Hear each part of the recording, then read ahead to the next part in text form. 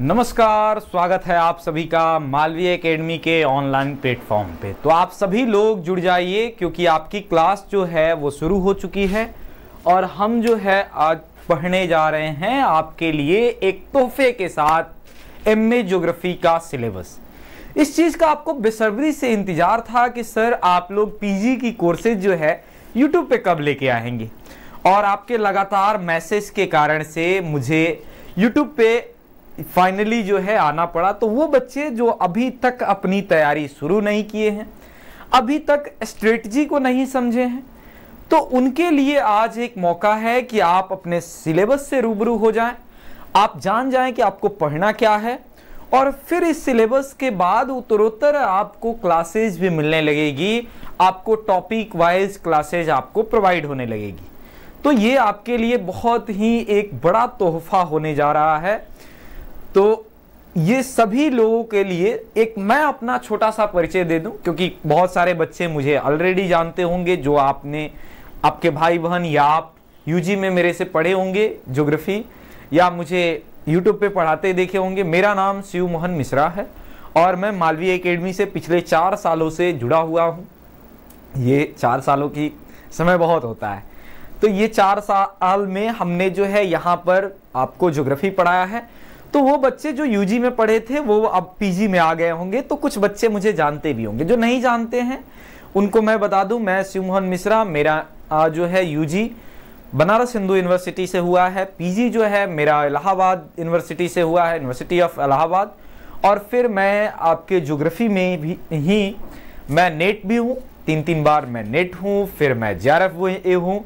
तो यह जो है आपकी और मेरी एक छोटी सी जो है परिचय हुआ।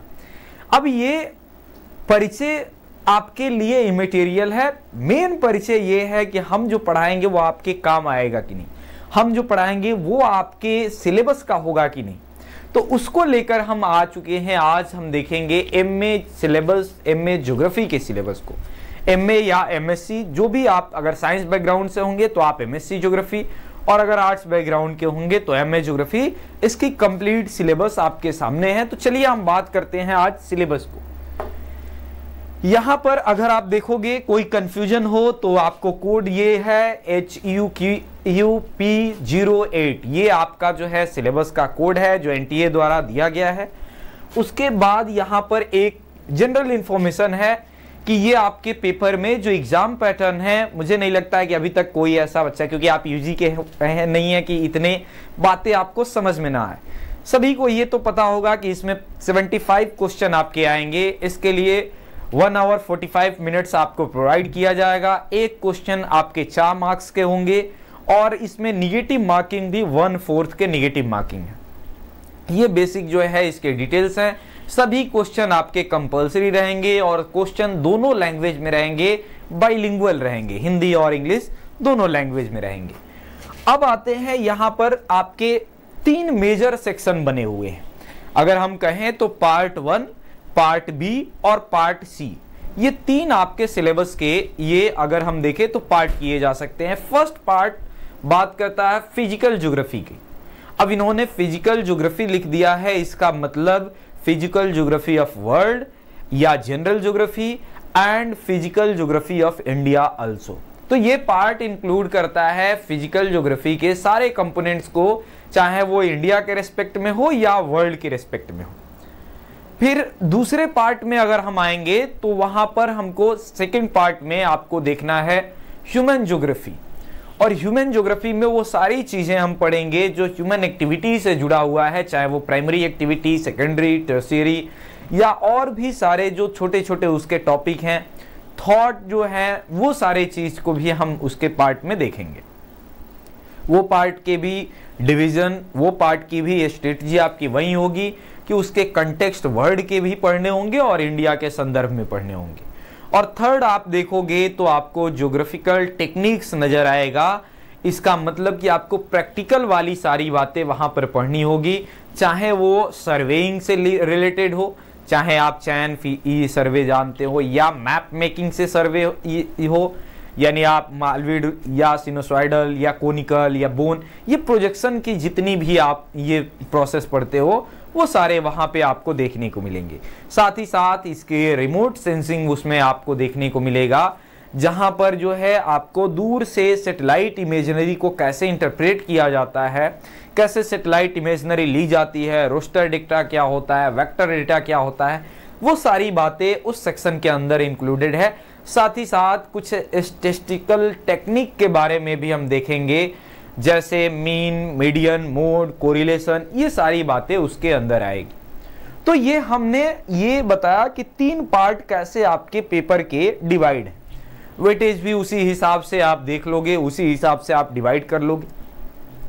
अब अगर हम डिटेल में बात करें फिजिकल ज्योग्राफी के अंदर, तो फिजिकल ज्योग्राफी का पहला यूनिट आपको देखने को मिलेगा जियोमॉर्फोलॉजी, भू आकृति विज्ञान जो है जिसको आप कहते हो। तो भू आकृति विज्ञान में आपको सोलर सिस्टम के बारे में पढ़ना है। अब यहाँ सोलर सिस्टम नहीं पढ़ना है, उसमें स्पेसिफाई कर दिया है कि आपको ओरिजिन ऑफ अर्थ पढ़ना है। यानी बाकी जो है ये नहीं पूछेगा किसके उपग्रह ज्यादा हैं, किसके उपग्रह कम हैं, वो सोलर सिस्टम को नहीं पढ़ना है, उसके अंदर ओरिजिन ऑफ अर्थ को पढ़ना है। साथ उसकी जितनी थियरीज हैं, चाहे वो इमैनुअल कांट की हो, लप्लास की हो, जेम्स जेफरीज की हो, लॉयल लिटिंगटन की हो, या फिर जो है आपके बिग बैंग थियरीज हैं, उसकी बात किया जाए।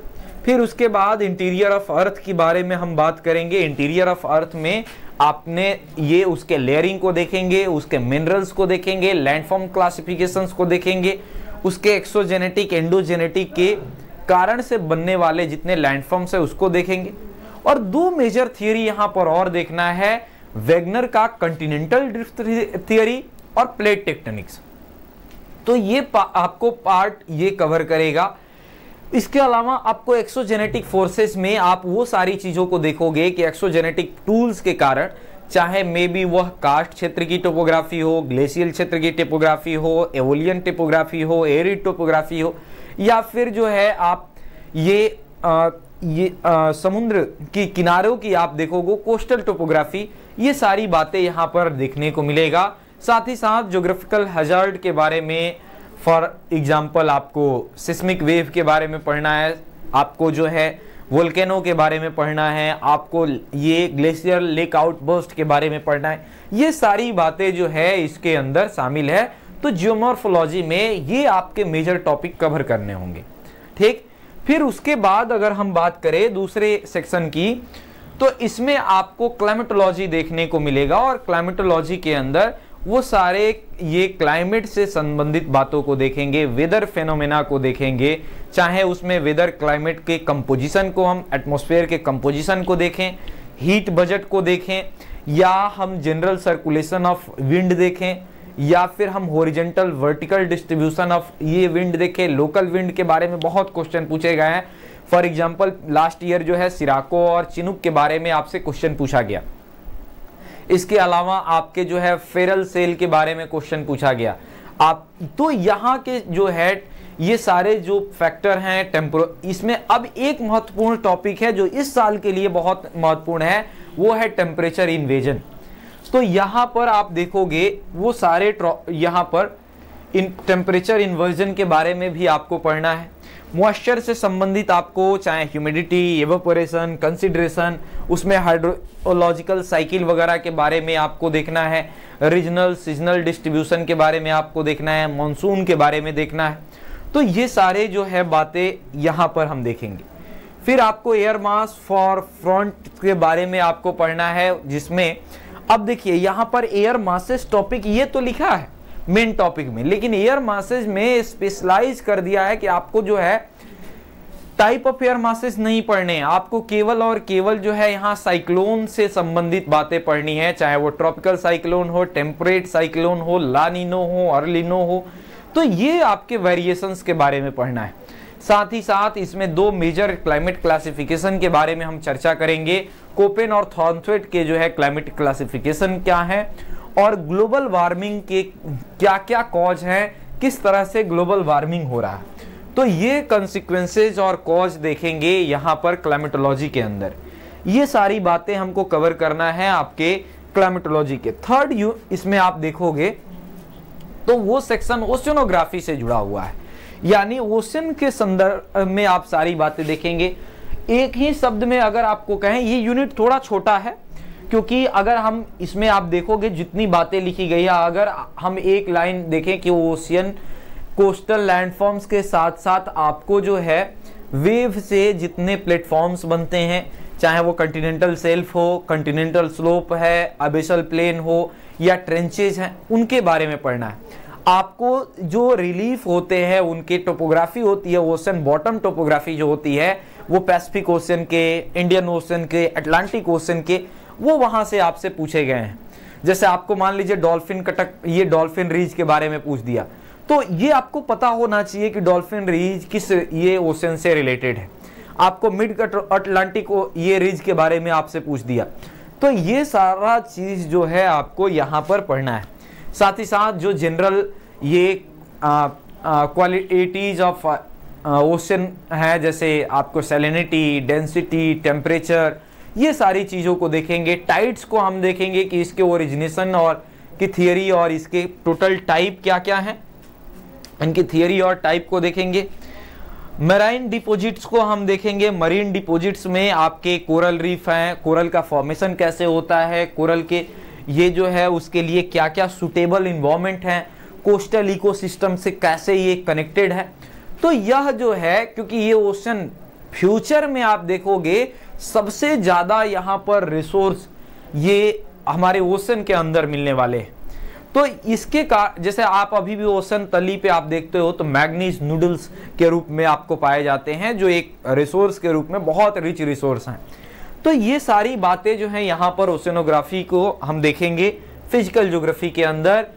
चौथा सेक्शन है आपको बायोज्योग्राफी का, इसमें बायोस्फीयर के बारे में पढ़ेंगे। बायोस्फीयर मीन्स कि जहां पर वो ट्रांजिशन एरिया जहां पर हाइड्रोस्फीयर, लिथोस्फीयर और एटमॉस्फेयर ये तीनों कंबाइंड होता है। फॉर एग्जांपल जीवन वही होगा जहां पर लिथोस्फीयर यानी धरातल के कुछ अंश हों, इन्वायरमेंट के कुछ अंश हों और ये जल के कुछ अंश हों। ये वाला जो तीनों में कॉमन पार्ट है इसको हम कहते हैं ये बायोस्फीयर, क्योंकि यहां पर जो है पूरी जीवन है। तो इसमें इसके अंदर बहुत सारे टर्मिनोलॉजी आते हैं। इकोसिस्टम क्या है, इकोलॉजी क्या है, बायोमास क्या है, डिफरेंट बायोमास के उनके नेचर क्या है, उनकी कैरेक्टरिस्टिक क्या है, ये सारा चीज देखेंगे। अब इस पे जो जीव जंतु हैं वो फंक्शनल रूप से जुड़े रहते हैं, तो हम देखेंगे कि वो उनकी एनर्जी वेव, ट्रॉफिक लेवल से मतलब क्या है, उनकी ये एनर्जी साइकिल डिफरेंट, जैसे carbon cycle, nitrogen cycle, oxygen cycle, food chain, food web, food pyramid, ये किस तरह से जो है जुड़े हुए हैं। इकोलॉजिकल पिरामिड में कहां पर इन्वर्टेड पिरामिड होगा, कहां पे अपराइट पिरामिड होगा, ये आपसे यहां से, ये सेक्शन बहुत स्कोरिंग है, यहां से आप इसको इंपॉर्टेंट मार्क करेंगे। प्रश्न इस समय यहां से अब नए समय में बनना ज्यादा शुरू हुए हैं। फिर इसके ह्यूमन इंटरफेरेंस और इसके इंपैक्ट के बारे में देखेंगे कि किस तरह से ये इन्वायरमेंटल हजार्ड को ये डिजास्टर में बदला जा रहा है, किस तरह से। अब आपने देखा होगा कि जियोमॉर्फोलॉजी के अंदर भी वहां ये हजार्ड थे, यहां भी हजार्ड है, तो इसको हम एक ही साथ जो है कवर कर लेंगे। ये ह्यूमन इंटरफेरेंस से होने वाले हजार्ड जैसे ग्लोबल वार्मिंग है, अर्बन हीट आइलैंड है, एटमॉस्फेयर पॉल्यूशन है, वाटर पॉल्यूशन है, लैंड डिग्रेडेशन है, ये सारे जो है हजार्डस कंडीशन जो हैं ये बायोस्फीयर के अंदर आपको पढ़ने हैं। और फिर इसका लास्ट सेक्शन आता है, वो आता है फिजिकल ज्योग्राफी ऑफ इंडिया। जितनी बातें आपने वर्ल्ड के बारे में पढ़ी उसको इंडियन कंटेक्स्ट में भी पढ़ना है। आपको जियोलॉजिकल स्ट्रक्चर ऑफ इंडिया पढ़ना है कि ये इंडिया किस काल में बना, यहाँ पर का कुडप्पा रेंज कहाँ पाई जाती है, यहाँ पर जो आर्कियन चट्टानें कहाँ पाई जाती है, विंध्यन रेंज कहाँ पाई जाती है, यहाँ टर्शियरी रेंज ये युग के जो रेंज है वो कहाँ पाई जाती है। ये सारी जो है हम जियोलॉजिकल स्ट्रक्चर के बारे में डिटेल में बात करेंगे। साथ ही इसके फीचर के बारे में, फिजिकल फीचर के साथ साथ आप देखोगे drainage pattern, soil type and vegetations के बारे में देखेंगे। इसमें नेचुरल रिसोर्स के बारे में देखेंगे। क्लाइमेट में हम मानसून, ये जो फिजिकल ज्योग्राफी में हम जियोमॉर्फोलॉजी के अंदर देख रहे थे वो वर्ल्ड के संदर्भ में देख रहे थे, उसी को इंडियन कंटेक्स्ट में देखना है। इसके क्या क्या इम्पैक्ट, इसके क्या क्या एसोसिएट्स हैं, जैसे इंसो के साथ इसका क्या रिलेशन है, ये टिबेटन प्लेटू के साथ क्या क्या रिलेशन है, तो ये सारी चीजें जो है यहाँ पर हम देखेंगे क्लाइमेटिक ये कंडीशन के ऑफ इंडिया के अंदर। फिर मिनरल और पावर रिसोर्सेज के बारे में देखेंगे कि यहाँ पर कन्वेंशनल और नॉन कन्वेंशनल एनर्जी के क्या क्या सोर्स हैं। एंड इस तरह से हमारा पहला फिजिकल ये ज्योग्राफी के इतनी चीजों को हम लोगों को पढ़ना है। सेकेंड यूनिट हमारा आता है ह्यूमन ज्योग्राफी का, जहां पर आपको देखोगे ज्योग्राफिकल थॉट की हमारा as a discipline as a subject geography कैसे शुरू हुआ है, इसमें इंडियन ज्योग्राफर का क्या योगदान है, रोमन ज्योग्राफर का क्या योगदान है, अर्बन ज्योग्राफर का क्या योगदान है, चाइनीज ज्योग्राफर का क्या योगदान है, ये सारी चीजें हम देखेंगे। ये किस तरह से ये पैराडाइम शिफ्ट हुआ है, पहले जो है टेलियोलॉजिकल होता था, फिर थियोलॉजिकल आया, ये अलग अलग जो है, फिर किस तरह से बढ़ते बढ़ते रेडिकल ज्योग्राफी तक हम पहुंचे हैं, हम मॉडर्न सिंथेसिस को देख रहे हैं। ये सारी चीजों को यहाँ पर पैराडाइम शिफ्ट वाली बात भी हम देखेंगे। इसके जितने डुअलिस्टिक थियरी है, जैसे हमेशा डिबेट रहता है कि ज्योग्राफी पढ़ने को सिस्टमेटिक तरीके से पढ़ा जाए या रीजनल बेस से पढ़ा जाए। कुछ लोग कहते हैं कि रीजन वाइज बांट के पढ़ना चाहिए, कुछ लोग कहते हैं पूरे अर्थ को एक साथ पढ़ना चाहिए, कुछ लोग कहते हैं कि यहाँ पर जो है जो आइडियल ये रूल्स है उनके साथ पढ़ना चाहिए, कुछ लोग कहते हैं कि लोकल्स रूल्स के साथ पढ़ने चाहिए। ये जो डुअलिज्म है, जो द्वैतवाद है, उस सारे चीज को हम देखेंगे कि ह्यूमन इंपॉर्टेंट है कि फिजिकल रूल्स इंपॉर्टेंट है। ये सारी बातें जो है हम ज्योग्राफिकल थॉट के अंदर ये कवर करेंगे, पैराडाइम शिफ्ट से लेकर के और ये इसके इवोल्यूशन तक। फिर अगला सेक्शन ह्यूमन ज्योग्राफी के अंदर आप देखोगे ये इंडियन ये पॉपुलेशन का आएगा। पॉपुलेशन में आप देखोगे जितने रेडिकल ग्रुप्स, ये रेशियल ग्रुप्स हैं, साथ ही साथ उनके मॉडर्न जो है ग्लोबलाइजेशन के कारण से उनके कल्चर पे, उनके लैंग्वेज पे, उनके जो है बिलीफ्स पे क्या क्या बदलाव आ रहा है, उनकी डेंसिटी कैसे, ये यहाँ से क्वेश्चन पूछा है लास्ट ईयर, अफ्रीका के अंदर जो है पॉपुलेशन डेंसिटी कैसी है। तो हम वर्ल्ड के अंदर जो है रीजन वाइज पॉपुलेशन डेंसिटी को देखेंगे कि कहाँ पर डेंसिटी ज़्यादा है, कहाँ पर डेंसिटी कम है। कुछ पॉपुलेशन थियरीज हैं उनके बारे में देखेंगे, जैसे माल्थस की थियरी आती है, डेमोग्राफिक ट्रांजिशन थियरी आती है, उनके हेल्थ इशूज के बारे में हम देखेंगे, माइग्रेशन के कॉज, पैटर्न एंड टाइप को देखेंगे, और साथ ही साथ इलेक्टोरल ज्योग्राफी के अंदर हम ये देखेंगे कि कैसे कैसे जो है उनके फ्रंटियर, बाउंड्री क्या होते हैं, सीमांत क्या होता है, सीमा क्या होती है, जियोपॉलिटिक्स क्या होता है, ये सारी चीजें जो है। और ये कन्फ्लिक्ट के बारे में देखेंगे, जैसे इंडो चाइना अभी कन्फ्लिक्ट चल रहा है, इजराइल देख रहे हैं, इजराइल के साथ वहां ये ईरान के साथ चल रहा है। तो ये बॉर्डर कन्फ्लिक्ट ये ज्योग्राफी के मैटर हैं, ये रेशियल कम्युनिटी के मैटर हैं जो ज्योग्राफी में पढ़े जाते हैं। तो ये कन्फ्लिक्ट के बारे में भी देखेंगे, बहुत इंटरेस्टिंग टॉपिक होगा ये। फिर उसके बाद हम ज्योग्राफिकल रिसोर्स में आप देखोगे biotic, non biotic, renewable, non renewable, water, forest, soil resources, इनके टाइप्स, ये सारा चीज जो है हम यहाँ पर देखेंगे एक एक चीजों को। साथ ही साथ नेचुरल रिसोर्स, ये थोड़ा सा फैक्चुअल सेक्शन आपके लिए होगा, माइनिंग एक्टिविटी को, साथ ही एग्रीकल्चरल एक्टिविटी को, ये इससे ग्लोबल वार्मिंग के ये कंडीशन को, इन्वायरमेंटल कंजर्वेशन के कंडीशन को। तो ये इसके कुछ टॉपिक तो आप जो है ये बायोस्फीयर में आप पढ़ करके आए हो, बायोज्योग्राफी में पढ़ के आए होगे, वहां ही पढ़ लोगे। कुछ जो है आप फिजिकल ज्योग्राफी के अंदर पढ़े रहोगे, तो उसको इंटरकनेक्ट करके यहाँ पे आपका ये कंप्लीट हो जाएगा सिलेबस। फिर इकोनॉमिक ज्योग्राफी के अंदर आप देखोगे आपको different economic activity, primary economic activity, secondary, tertiary के बारे में आपको देखना है, उनके एग्जाम्पल्स को देखना है। पूरे वर्ल्ड के अंदर किस तरह से माइनिंग का पैटर्न है, एग्रीकल्चर का पैटर्न है, किस तरह से फ्यूल का डिस्ट्रीब्यूशन है, पावर रिसोर्सेज कहाँ कहाँ पे कौन मिलते हैं, कहाँ कहाँ पे कौन मेजर इंडस्ट्रियल रीजन है, जैसे जापान के अंदर कौन रीजन है, चाइना के अंदर कौन रीजन है, यूएसए के अंदर कौन रीजन है। ये सारी चीजों को हम यहाँ पर इस सेक्शन के अंदर कवर करेंगे, ये इकोनॉमिक ज्योग्राफी के अंदर, ठीक, इसके नेशनल और इंटरनेशनल चीजों को। और ये सारी चीजों को, जितनी चीज हमने पढ़ा, ये इंडिया के संदर्भ में भी सेपरेट सेक्शन बना दिया गया है कि कल्चरल लैंडस्केप, इनके एग्रीकल्चर को, इंडिविजुअल इनके ये ह्यूमन डेवलपमेंट को, ये सारे जो है इंडस्ट्रियल डेवलपमेंट, ट्रांसपोर्ट नेटवर्क, ये रीजनल डेवलपमेंट प्लानिंग, ये सारा बात जो है इंडिया के संदर्भ में, जो वर्ल्ड के संदर्भ में पढ़ेंगे उसको हम इंडिया के संदर्भ में भी पढ़ेंगे। थर्ड पार्ट आपके लिए आता है इंपॉर्टेंट सेक्शन, ज्योग्राफिकल थॉट। ये बहुत सारे बच्चे जो ये कुछ जो अब घर से पढ़ाई कर रहे होंगे या फिर आप डिस्टेंस मोड में कर रहे होंगे, तो प्रैक्टिकल जो है आपकी थोड़ी मजबूत नहीं होती है। या बहुत सारे ऐसे कॉलेजेस हैं जहां पर ये फिलॉजी बहुत अच्छी पढ़ाई दी जाएगी, फिजिकल ज्योग्राफी बहुत अच्छी करा दी जाएगी, ह्यूमन ज्योग्राफी भी हद तक पढ़ा दी जाती है, लेकिन प्रैक्टिकल के नाम पे आपको पैसे लेकर के और ऐसे ही नंबर दे दिए जाते हैं। ये रियलिटी है, ये आप भी जानते हैं ये एजुकेशन सिस्टम का। लेकिन यहां पर प्रॉपर ये इस सेक्शन को कमजोर अगर आप रखे हैं तो फिर एंट्रेंस में दिक्कत होगा। इस सेक्शन पे आपको वर्क करने की जरूरत पड़ेगी, इस सेक्शन को पढ़ने की जरूरत पड़ेगी। अगर आज तक नहीं पढ़े हैं फिर भी आपको, अगर आप इसमें कमजोर हैं तो पेपर क्वालिफाई करना मुश्किल हो जाएगा, क्योंकि इस सेक्शन की जो भी सवाल है, अब 3 सेक्शन अगर हैं तो 1/3 तो इसका इंपॉर्टेंस है, यही निर्धारित करेगा कि आप मेरिट में आओगे कि नहीं। इसके अंदर बहुत सारे आपको सब डिवीजन है, जैसे कार्टोग्राफी की चीजों को हम लोगों को पढ़ना है, मैप मेकिंग प्रोसेस के बारे में पढ़ना है, मैप बनाए कैसे, उनके टाइप ऑफ मैप कितने होते हैं, किस मैप का यूज कहाँ पे होता है, ये अगर ये पॉपुलेशन दिखाना होगा तो कौन सा मैप बेटर होगा, ये सारी चीजें यहाँ पर हम देखेंगे।